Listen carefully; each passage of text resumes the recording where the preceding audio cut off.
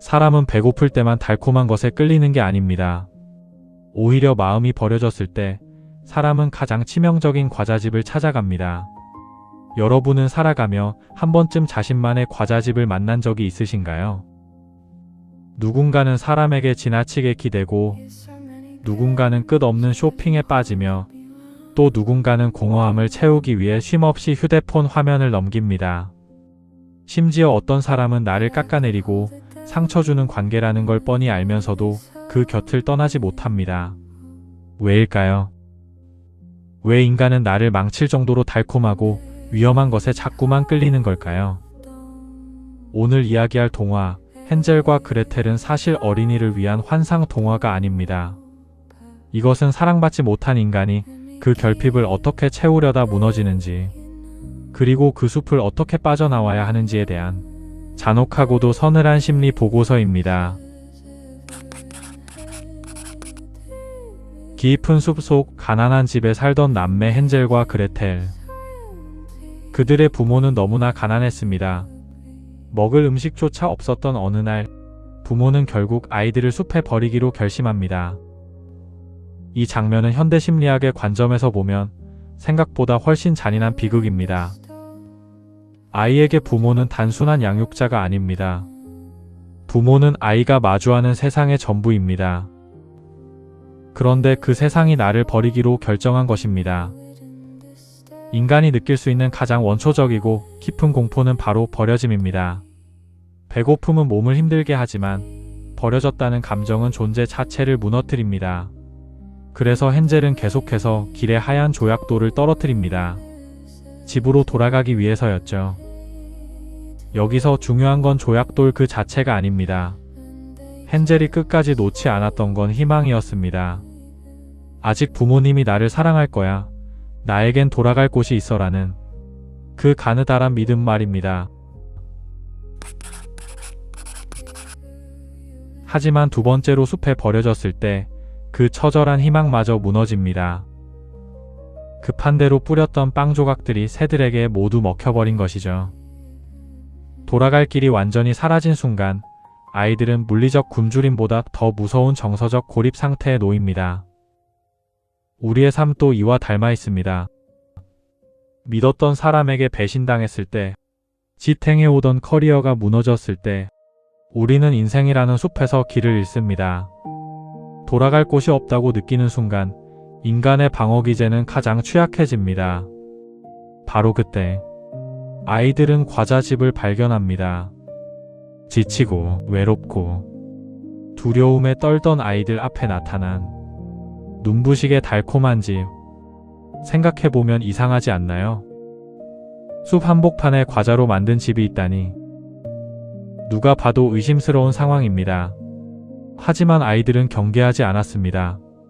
망설임 없이 그 집을 뜯어먹으며 안으로 들어갔죠. 사실 인간은 가장 외로울 때 가장 달콤한 것에 무력해집니다. 심리학에는 정서적 허기라는 말이 있습니다. 충분한 사랑과 인정을 받지 못할 때 뇌는 그 결핍을 음식이나 다른 자극적인 쾌락으로 채우려 합니다. 사랑받지 못한다고 느낄 때 우리는 잠시라도 나를 위로해줄 가짜 안식처를 찾아갑니다. 현대인에게 과자집은 무엇일까요?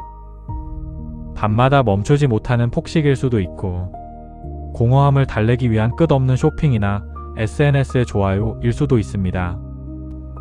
때로는 나를 파괴하는 나쁜 관계임에도 불구하고 혼자 남겨지는 게 두려워 그 끈을 놓지 못하는 의존적 관계 자체가 과자집이 되기도 합니다. 마녀는 아이들에게 친절했습니다. 따뜻한 음식을 주고 푹신한 침대를 내어주며 웃으며 다가왔습니다. 하지만 그녀의 목적은 단 하나, 아이들을 살찌워 잡아먹는 것이었습니다. 인생에는 이런 순간이 있습니다. 너무 달콤해서 오히려 위험한 것들.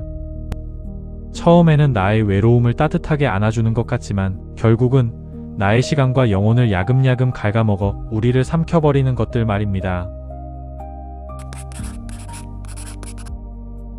헨젤은 철창에 갇히고 그레텔은 마녀의 시종이 되어 눈물 젖은 빵을 먹습니다.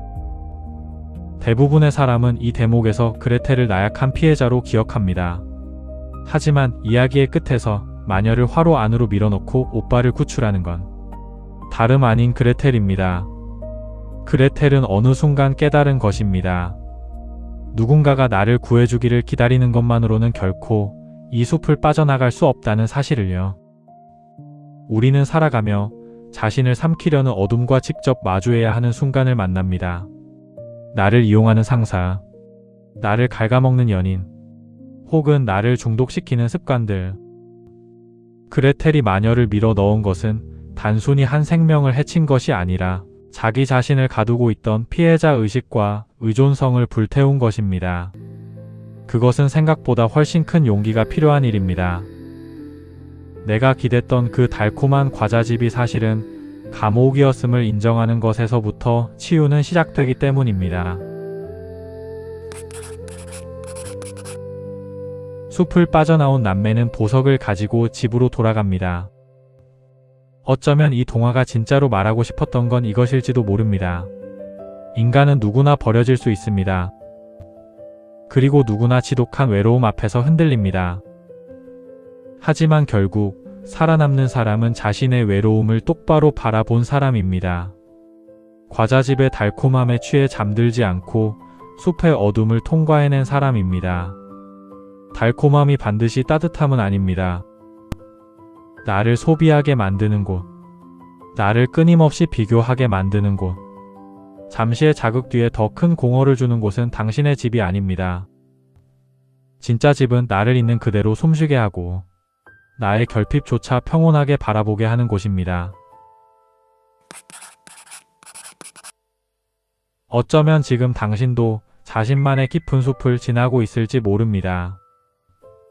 돌아갈 곳이 없다고 느끼고 아무도 나를 이해하지 못한다는 외로움에 지쳐 잠시 달콤한 유혹에 기대고 싶을지도 모르겠습니다. 하지만 기억하세요. 헨젤과 그레텔이 가지고 돌아온 보석은 과자집에서 얻은 것이 아닙니다. 그것은 그들이 숲을 견디고 마녀와 맞서 싸워 이겨낸 성장의 증거였습니다. 여러분이 지금 겪고 있는 그 외로움과 공허함은 당신을 잡아먹을 괴물이 아니라 당신을 더 단단하게 만들어줄 숲의 시간일 뿐입니다. 오늘 밤은 무엇으로도 당신의 마음을 억지로 채우려 하지 마세요. 그저 가만히 자신의 숨소리에 귀를 기울여 보시기를 바랍니다. 지금까지 고요한 서재였습니다. 구독과 좋아요는 채널 운영에 큰 도움이 됩니다. 평안한 밤 되십시오.